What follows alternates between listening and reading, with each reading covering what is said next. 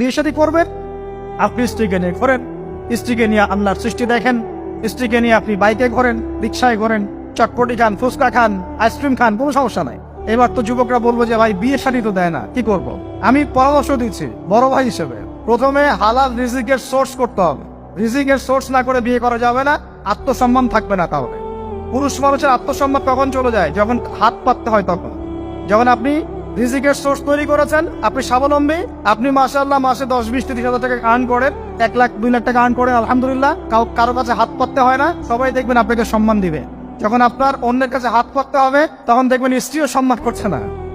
তো এই জন্য ডিগনিটি আগে, ডিগনিটি ফার্স্ট। আপনার ডিগনিটি অর্জন করতে হলে একটা হালাল উপার্জনের সোর্স লাগবে, এক। তারপরে পিতামাতাকে বোঝানোর চেষ্টা করবেন। যদি কাউকে পছন্দ করেও থাকেন, না দেখেই বা শুনে যে হ্যাঁ ওখানে একজন দিনদার মেয়ে ইত্যাদি, তাহলে পারিবারিক ভাবে বিয়ের প্রস্তাব পাঠাবেন। নিজে পণ্ডিতি করতে যাবেন না, পারিবারিক ভাবে পাঠাবেন। যদি রাজি